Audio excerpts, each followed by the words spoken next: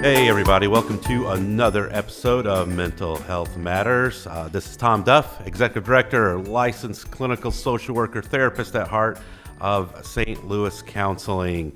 If you're curious about our services, check us out at stlouiscounseling.org. That is Saint spelled out. So, this podcast is all about trying to break down stigma and trying to have just regular conversation and recognize that we all have our own levels of mental health. Sometimes there's mental illness, and so sometimes, our podcast is about getting into specifics and diagnosis, but then sometimes it's just about talking to everyday people, talking to people that can relate and kind of help open the doors and explain perspectives. And as always, we're going to be doing that through each podcast. A couple quick tidbits of information. Please remember that May 1st is Give STL Day, and St. Louis Counseling, we're looking for $300 matches from businesses that are out there or donors. And why $300? Well, we figure we can cover a month's worth of sessions for a child, a client of ours, because we know the actual need outweighs the funding that we get. So if you're interested in that, contact Debbie Dugan. That's DDUGAN at ccstl.org. Also, our Young Professionals Board on April 26th is doing a Dress Down Stigma event. So if your business is interested in participating in that, $5 an employee. You can also contact Debbie Dugan as well on that, or just look at our website and you'll figure out who to contact to register your business with that. But it's a great opportunity to recognize the issues of stigma in our world and show some unity behind that. So, as I said earlier, we always have entertaining guests and conversations, and today's no exception. We have John Henry with us, local singer-songwriter artist. Yes, yeah, I think you got it. That's everything, right? Yeah, band leader, and a venue talent buyer at Off-Broadway. Beautiful. Yeah. So all music business. We were joking earlier. So once I got here, I was like, man, I should have dressed to be like to interview a rock star, but I'm not really dressed that way. I have a button-down shirt on. I thought about my black Mellencamp T-shirt, but then Chris Denman said you should have went Springsteen instead of Mellencamp. I'm like, whatever. Well, either way, did you go to his show a few weeks ago? I did not go, but I've been to 5 John Mellencamp concerts in my lifetime. Yeah, I'm a big fan. When I was listening to some of your music, I could hear there. I felt that connection with Mellencamp. It's. I kind of have the perspective of I grew up in the city, and then my wife grew up in the country, and so spending a lot of time out there, I kind of see both sides of the spectrum. So a lot of that musical influence, cultural influence, geographical type of stuff, kind of all factors in. I think just seeing kind of both sides of urban and rural and that type of thing. So, what were some of your early influences in music? Growing up, it was like I was really into Green Day. I still am. That was one of my first. And then I really like Soul Asylum, which is kind of sort of like an extension maybe of the Mellencamp Springsteen stuff. Bruce Springsteen, Otis Redding, Bob Dylan, Rolling Stones. That type of stuff, the classic, kind of classic stuff like that. Were really fundamental. The Who, Wow.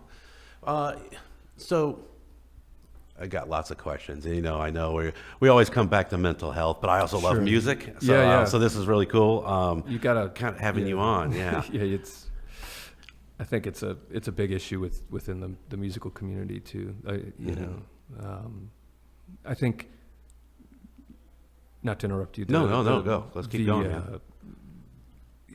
I think if you're a songwriter or you're a musician, there's a level of sensitivity and perception where you're trying to, internalizing different things, and I think that sensitivity is really great in a lot of ways, but I think it also leads, opens the door to feeling sensitive to other things that may not affect other people, and that could lead to, you know, you could be really happy or you could be really sad, or those types of things. So when you're sitting down to write, I mean, that's got to be a real conscious effort. Or is it? Well, it's certainly, I view songwriting in the same way I view work, in the way, you know, probably other people view it too. Is it's work. When you feel inspired, when I feel inspired, I sit down and I practice. I try and I rewrite and I edit, and you know, I'm gonna sit down, I'm gonna do this for a while and just try to get it. And if I don't get it, then I'll try the next day. I mean, I view it as a craft. Mm-hmm. How young were you when you, well, I mean, what came first? You know, singing, instruments, songwriting, what kind of came first? Both. I mean, I was, you know, I think I was 11, I got my first guitar, and then I pretty much right off the bat, I started writing my own music, in addition to learning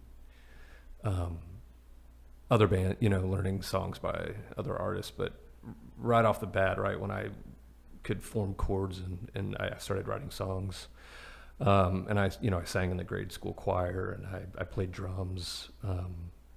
So yeah, I mean, it was just, it pretty much all happened right at the same time, you know, just very musical from a young age. You had it, yeah. Yeah. When my son was trying out for band, when he got to middle school, you know, they had him going around through each instrument and everything. Right. And, you know, my wife nor I have any ability to play the drums. Right. So they get in there and they have a little test to play the drums, and we're watching our son. It was like, yep, he's out first round. He's gone, because he couldn't do two hands. And I think that, you know, for me, when I was especially when I was younger, I mean, I think it's like, if you have to force your kid to practice, I mean, you know, if you want them to have like a discipline, you know, where they have a hobby to practice the piano or whatever, I think it's good to say, hey, you're going to do this for a while. But for me, and what I think is important, is that it was never about having to sit down to practice. It was just, I loved doing it. You know, so it's just like, I had the guitar in my hand. I played drums all the time. I was thinking, I'd have like 2 notebooks in high school and college, where one would be like taking notes of the school, and then the other would just be writing lyrics or musical ideas. You know what I mean?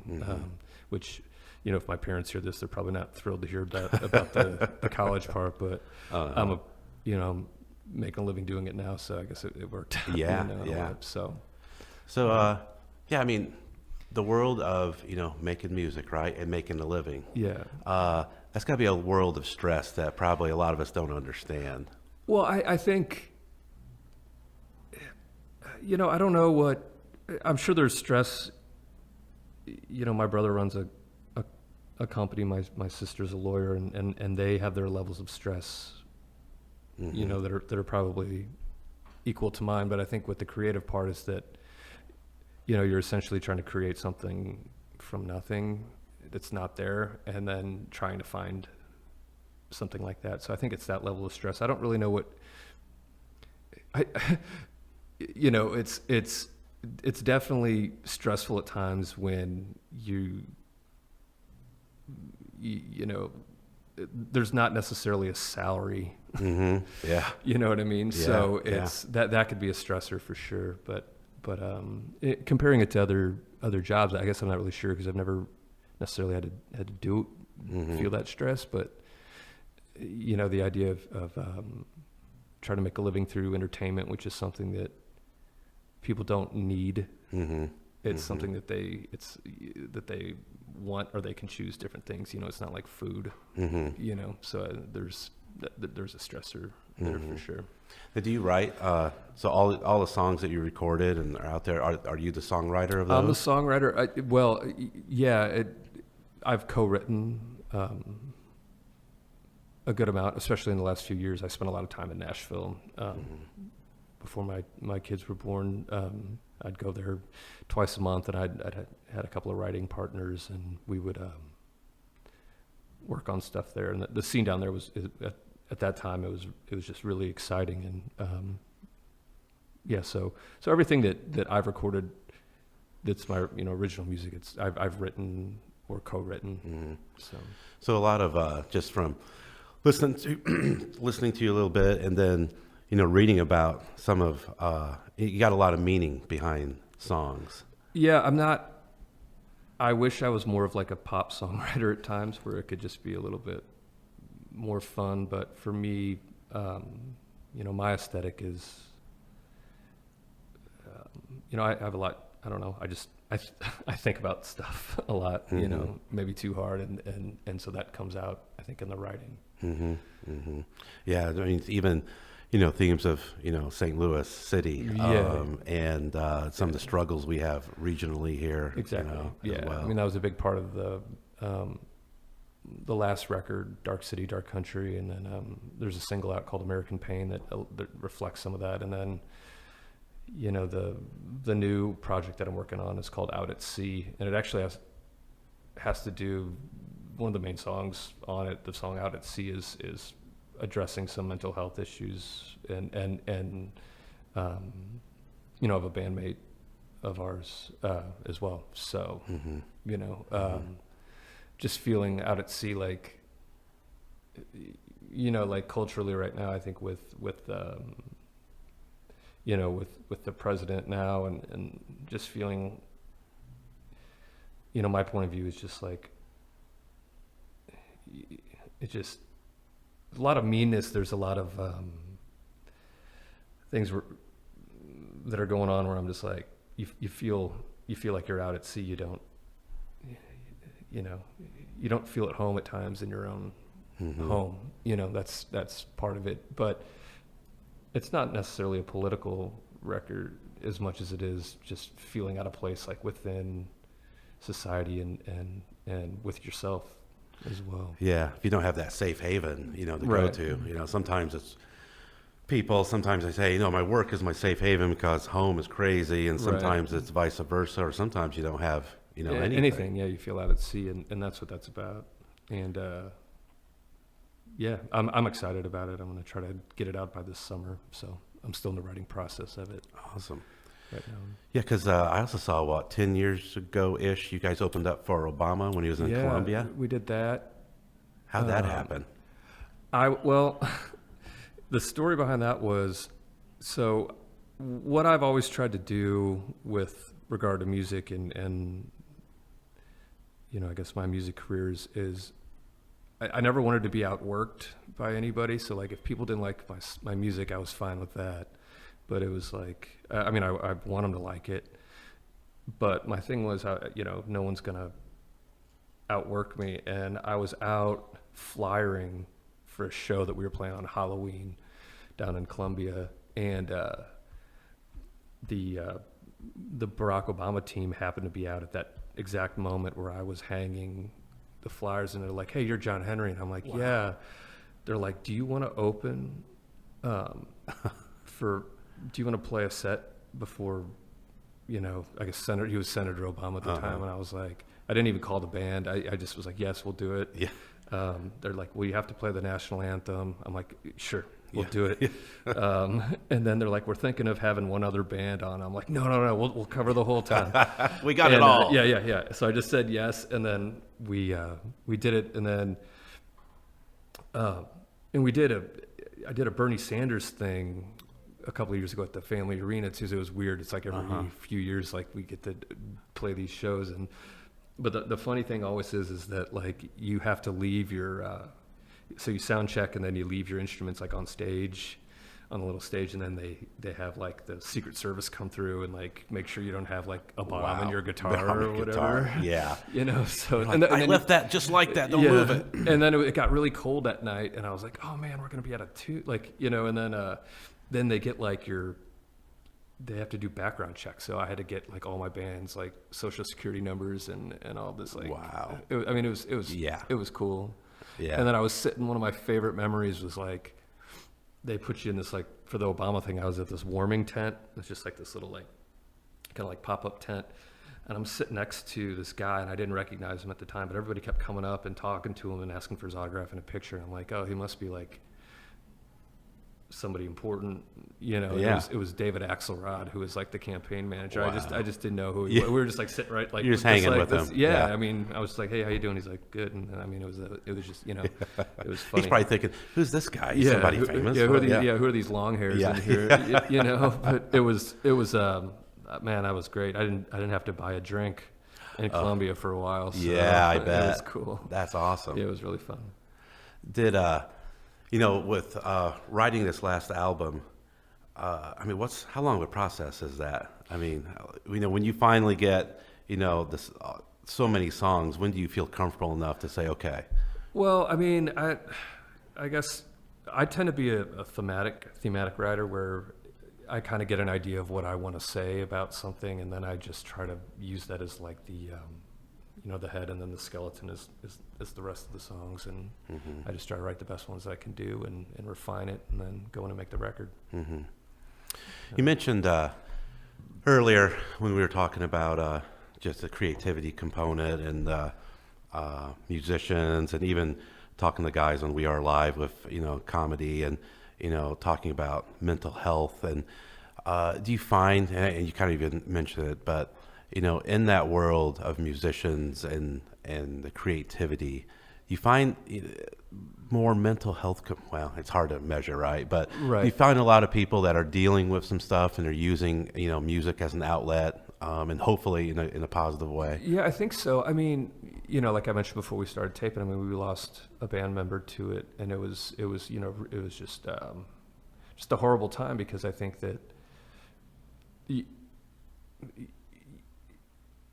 we didn't know that there was anything wrong, because, like, you know, when you're in your high school band, you're all like buddies and you're hanging out all the time and you kind of know everything about each other. And then when you're older, you're playing with, like, hopefully like the best musicians that you can you know, that want to play with you, and they're busy and you're tight, but you're not like going out every day, so you don't really know what's going on. And so, you know, when that happened, it was for me personally, it was very traumatic, and you know, and I certainly can't speak to, you know, I'm not a mental health professional. I don't know anything about it, and maybe it's across all fields, but I do think that within the music scene, comedy scene, you do see a lot of those issues, and I think it's because there's a creative side. I also think that, you know, one of the dark sides of music and comedy that,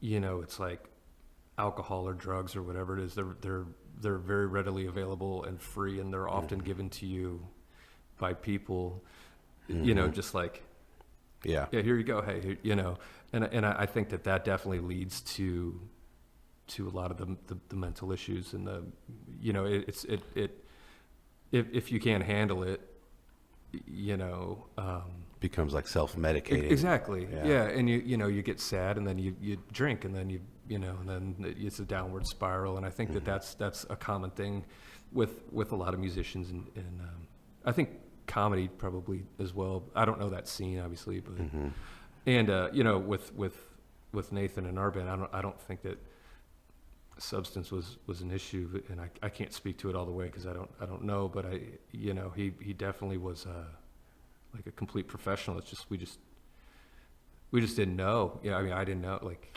there's you know, men maybe more than women are supposed to be the stoic, and that stigma. Yep. And you don't want to admit it because you don't want to feel weak, and so I think it's so prevalent in society right now. It's still there, right? I think stigma's better than what it was. Yeah, but I think so too. Especially for guys, it's like, you know, you don't want to talk about it. Yeah. You know, and you're ashamed. And, you know, what we always talk about a lot of times, it's, you know, you're not ashamed to say I have diabetes or I have cancer, but like mental health issue is truly a health issue. Yeah, no, for sure. And I really do think in the last few years it's gotten better.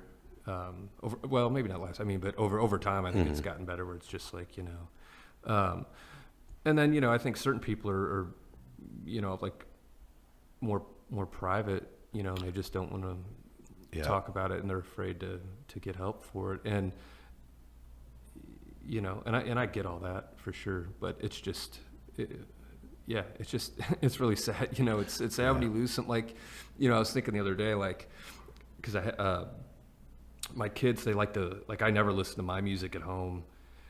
You know, I'm not that type of musician that likes to listen to my own to your music. own stuff. Once it's like, when we're mixing it and when we're, you know, when it's being produced and mastered and all that, I listen like crazy and I'm listening to every detail. But once it's out, I'm not, you know, I don't play my records at home, you know. Yeah. But my kids like to hear it. And that, you know, we were playing a song at dinner the other night and I was just listening to his playing. I was just like, man, it's such a waste. You know, it's such a, like, this is perfect. This is so good. And it's gone. Yeah. And it's like, you know, I just felt, man, what a waste of just, I mean, you know, music aside, just the guy, you know, it's just, it sucks. And it's, you know, Yeah. So. And that's such a common thing when we look at when somebody leaves our world, you know, and to realize, like, how come they couldn't see that in themselves, or how come they couldn't understand how valuable one, just being a human being is, but then two, it's just like your talent, you know? Yeah. And it's just that mental illness sometimes, that health issue that gets in the way, that blocks like our ability to experience, you know, ourselves as being that unique, valuable person, you know? Yeah, I mean, you know, and I don't mean to be superficial and just saying the musical side, but that, you know, in the capacity that he and I were friends, it was, you know, it was the music and that was our connection. And, you know, you set aside the person, he was a great guy. And it's just like, you know, and I remember we did, there was like a big memorial for him with all the bands that he played with.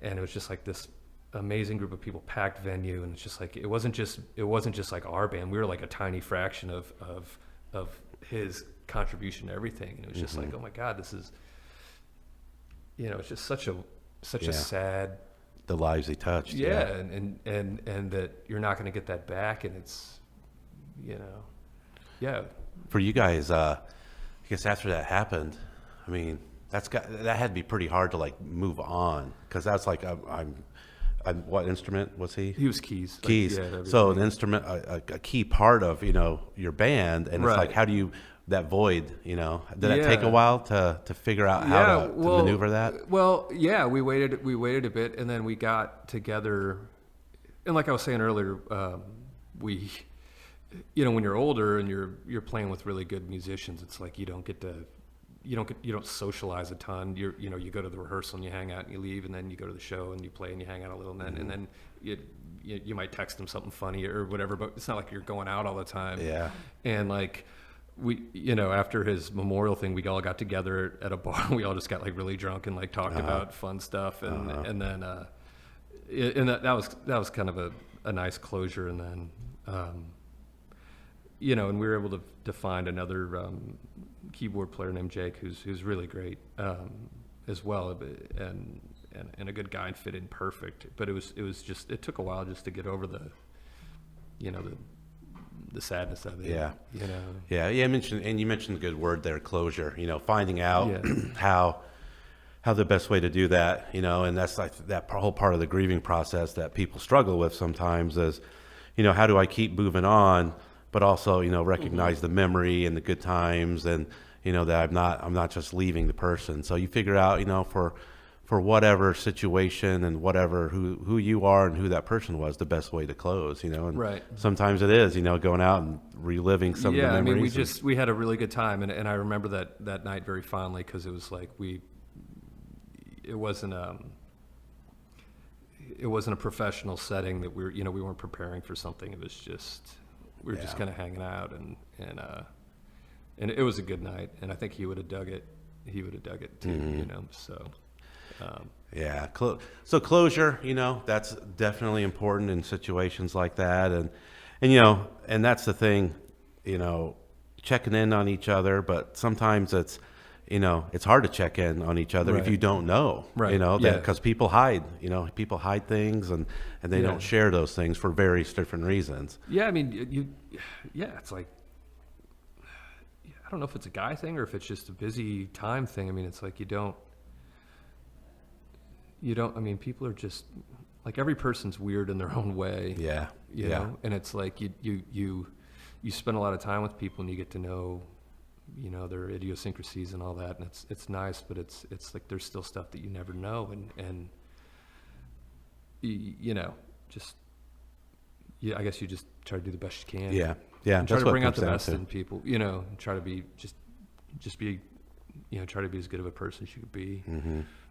Yeah, because you know, everybody, like you said, everybody's unique. Everybody has their own way, and no matter what kind of job or role you're in, you're always trying to get on the same page. Yeah. And you know, and that's through getting to know each other. Yeah. You know, and you know, for you guys as a band, you know, that's gotta, you know, so sometimes if I'm leading my team at work, you know, and I'm trying to get everybody to be able to interact, you know, nicely with each other, to be able to get it, to understand the same concepts, be focused on the same mission.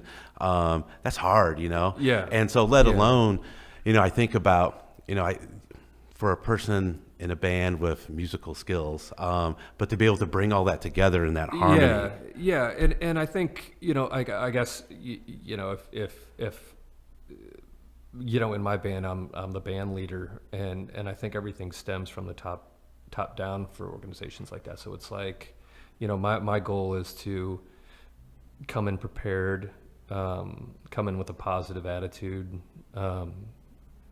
and have everything thought through. I mean, over the last summer, we did this big show, and it was like a 12-person band that we had. We had like a string section and a horn section. And I remember like coming into the rehearsal, we didn't have a show at Off Broadway that night, so we did 2 nights of rehearsal there with like full sound and production. And I remember coming in, and it's like, you know, a group of some of the best, very best musicians, and I'm like, I'm the guy who's in charge of all this. And I just remember at one point I was like, all right, dude, all right, it's showtime. Like, and it went great. It went, because they're all good people. Like, I try to surround myself with not just, you know, great musicians, but people who are cool and who are laid back and are comfortable with their roles in the band and comfortable with everything. And not to say that everything's like perfect all the time, but I just don't need.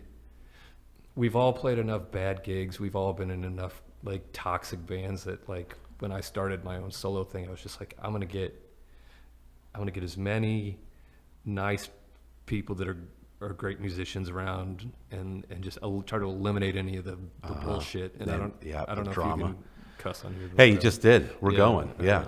We're but good. you know what I mean? Like, we've all been through enough of that crap. So it was like, that was my philosophy for it. Mm-hmm. Yeah, I mean, you're creating the atmosphere that you want. Yeah. So that's awesome. Yeah. Now you, the Open Highway Music Festival, right? So you created that. Yes. Steve Pullman and I did it.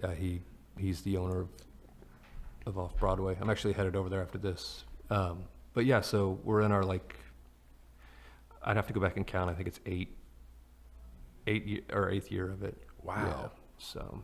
And then, so I mean, what got you to that level of saying, I'm gonna start a festival? Well, like, now festivals have become like this. It's just like that scene has exploded. But at the time, I was like really naive, and I didn't know that it wasn't really a thing then. And I was just like, well, we do a lot of work with these. The genesis of it was I went on tour with this band. We did a bunch of dates with. They were called Cross Canadian Ragweed, and then we did some dates with Stony LaRue, and it was like all these venues were packed, and they weren't coming to St. Louis ever because they just nobody had booked them there. And I'm like, well, I could do that. So I started booking them, and then I'm like, why don't we do a fest where it's just like a weekend of like that music? And then since then, it's grown to the point where it's all genres, and this year it's going to be 5 days at the venue. So it's just expanded every year. We try to just do something a little bit different. Man, that's gotta be a great feeling. It's nice. Yeah. I mean, it's good. And you know, similarly to the band, it's the vibe at Off Broadway with all the people that we work with are, you know, it's the same thing. It's all, it's cool. So, So, what, you know, let's talk about the vision, right? What do you see for yourself? What do you want when it comes to your music, and the future? well, what I've been working on a lot lately is besides the new record is we're going to be doing some festivals this summer. I'm really focused on film and TV licensing. I got two little boys at home, so I don't want to tour as much. And my wife Claire, yeah, I don't want to be away from her either, like at all. You know, I try to limit that. So playing less shows, but playing everyone's really good. Yeah. Every show's good. And then I'd like to continue to grow the festival and continue just trying to make the venue off Broadway, like just smart booking and as good a booking as we can get, and just keep growing every year. Yeah, 'cause I mean, it shows you right there, you know, just how it's grown over the last 8 years, right? Yeah, I think 7, it's 8 8. years. I'd have to go back. I should know that. I should probably know But it's that. like St. Louis wants it, right? Yeah, You I know? mean, and I think that, you know, it's really sad for me that LouFest went out and I'd played that and I knew the folks involved and I you know, despite any of the ill will that was created, a lot of the people in that organization were, you know, right-minded.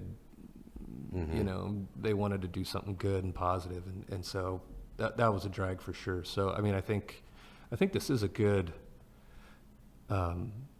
music town, and there's some you know, a lot of good bands and artists. It's just trying to create the best, I guess. I hate using the word scene, but you know, that type of thing. That atmosphere, Right. and, you know, given the opportunity and everything. Yeah. Just going back real quick to talking about kind of what drives you when it comes to writing. Maybe, I mean, is that a point where you have to put yourself in a mindset to, you know, you might get inspired, right? And then being able to just kind of just focus on that with all this other stuff going on, because you're still planning, you know, Right. Yeah. all It's that. like kind of keeping the brain separated. Yeah. I'm pretty good about being able to compartmentalize, you know, where it's like, I'm going to do this, and I'm going to stop doing that, and I'm going to do this and switch over. So that isn't as hard for me as it might be for other people. I'm not really sure. I guess I've never really talked to anybody about that, but at least on the creative side, I mean, you know, I write from titles a lot, so I'll just like jot down a title. And it used to be in a notebook. Now it's like on an iPhone. I mean, like the other night I woke up, you know, I was falling asleep and I thought of something. I just like typed it in, you know, and then The beauty of technology. yeah, I mean, so it is, you know, a lot of people complain about that. And I do think that there's definitely a level of toxicity with it and distraction. But I think if you're able to, you know, kind of overcome the pettiness of it and the distraction of it, it could be an asset in a lot of ways. I mean, you could get your music heard by people all over the world, like, you know, in a second. But on the other side of that coin, there's also so much like crap out there now that it's hard to cut through the noise. So it's like, it's both, you know, it's a balance of it. Yeah. You know. So, tips maybe for somebody that they're wanting to maybe take some of their talents. They think they might have the ability to do some songwriting. What would be some tips you give them? Well, I mean, I think this isn't a new tip, but I think that I mean, it's still something that I'm practicing too. It's just like, you know, just write. And, you know, at first it's going to be like really, really shitty. And then it gets better and better and better. It'll get better. It'll get better, you hope. And then the other thing is just, I guess, hard work. And you know, I come from a family, you know, both my parents were very supportive of it, so I was lucky with that. And they were both very hardworking people, so that was my kind of worldview. And then, you know, it helped. I was like a distance runner in grade school and high school, and that sort of shaped my view as well with this type of thing, where it's like, it's the long game. You know, if you really, really, really want to do this, you have to commit yourself to doing it, and you have to be tough, and you have to focus and fail and just try to do better and talk to people that ask people questions that are above you, because you might think they have it figured out, and then you talk to them and they have the same problems and concerns that you have. It's just on a little bit of a higher level, and the people above them have the same problems on a higher level. I mean, it's like, those are some of my favorite rock and roll stories, where it's like you're sitting down with like a band that's like selling out the venues or whatever. They're like on the radio, and you're like, man, this is good. They're like, oh, well, our label's not doing good, our management, and I'm just like, oh my God, they got the same issues. It's just they're on a higher, a higher level. So everybody's got. Yeah, they got their break. Yeah. And then the other thing is just like, be cool to people, like be cool to, write with other people. If you're with like a tour manager, cool, like bus driver. I mean, anyway, just be cool. Don't try not to have an attitude, and that goes a long way, because it's like, it seems like it's a really big industry, and in a lot of ways it is, but really there's like a pretty core group of people that, if you're going to make a living out of this, that you're going to be dealing with, and the relationships of trust and honesty and just being a good person, that really, really goes a long way, on songwriting or on records or on booking or on whatever it is. I mean, it's just build these relationships based on, trying to be a good person, and not, telling the truth. It's like, what you learn in kindergarten, basically. Go figure, right? No, just like, don't. It starts then. Don't be a jerk. Yeah. I mean, I firmly think, I totally agree with you. Relationships are the key to life in general, you know, and then how, treating people goes a long ways. And, even in the therapeutic process that we deal with on a daily basis, it's all about relationship, connection. And it doesn't mean that you're always going to like get along perfectly. You might have conflict, but at the root of the relationship is that there's trust. I mean, so it's like, maybe you're going to get this gig or this show or whatever it is, or this song on a record, and it ends up not happening, and you might be frustrated with that person, but that it's based on, it just was an artistic difference or a business difference. It's the core of it is that it's, that it's at least rooted in an honest relationship. It just didn't work out that time. Trust. Amazing. Exactly. I just got done talking about that last week at some meetings about trust, honesty, relationships. So it all comes back to that. Well, we've been here with artist extraordinaire of the region, right? John Henry, but talking about music, how things relate to mental health. We've hit a lot of topics, so I've been trying this thing, been trying to eat a little bit better, and dopamine, right, inside our brain is all about, that's the feel good chemical and everything. And so a lot of times sugar, that feeds that, and of course that's eating bad. So I was like, how can I replace that craving for the dopamine that I'm using with sugar? So I was reading all the Google and all this stuff, and it's like, music is one of those things. Music, a big thing for me that has helped me with issues that I've had is exercise. Yeah, it's my thing. Like, my wife and I talk about this. It's like, what are the keys to that? It's like heavy lifting, moderate drinking. It's like I like to exercise a lot, lift weights, bike ride, run, and I think that does it. It's a good, it's a cliche, but strong body, strong mind type of deal. Exactly. And it's funny though that I'm sitting here drinking a Diet Coke. I didn't want to judge you, but hey, but you can indulge every once in a while. Well, I'm going to Mexico in a few months, so I'm trying to reduce the thing. I want a little caffeine, so you need a little bit. I'm working on that beach bod. Yeah. So, all right. Well, good thing we're not filming today. Otherwise, we have people calling in and stuff, right? Yeah. But no, that's awesome. Yeah, I mean, exercise, nutrition. But music. So, I mean, you got the best of both worlds there. Your life is music, and you got the exercise involved. So, you should be. I got it all figured out. Everybody listening right now, I have all the answers to everything. You listen to the next album, you'll tell all the answers, right? If you have any issues, just come talk to me for sure. Beautiful, beautiful. Well, we've had a great conversation today again on mental health matters with John Henry. Check him out. If someone wants to download your music, maybe hear you play next, where can we find you? Well, I got this big event that I can't talk about. Beautiful. Which is, obviously really great for the people listening to this. But you can get johnhenrymusic.net. I'm on Facebook, Twitter, Instagram. You'll find it all there. Okay. And then iTunes, obviously, Spotify, Pandora. Apple Music, all that stuff. Okay, so then we should be paying attention to hear that big announcement coming. Yeah, and soon. then I'm getting ready to release a music video for a song called American Pain. So that'll be coming out here in the next month.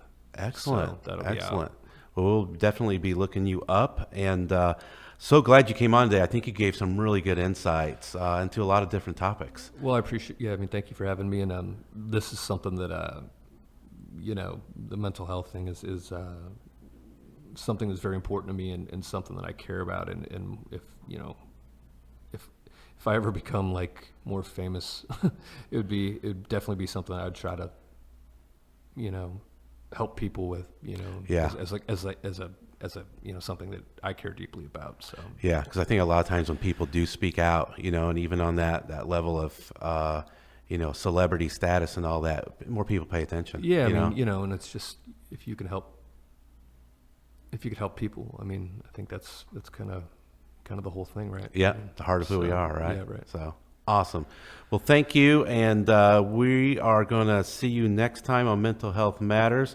Also, as always, if you want to be a sponsor of the podcast, feel free to, and you can contact Debbie Dugan at ddugan, DDUGAN at ccstl.org. Until next time, this is Tom Duff and Mental Health Matters. This has been Mental Health Matters with Tom Duff of St. Louis Counseling Services. Check out stlouiscounseling.org for more information.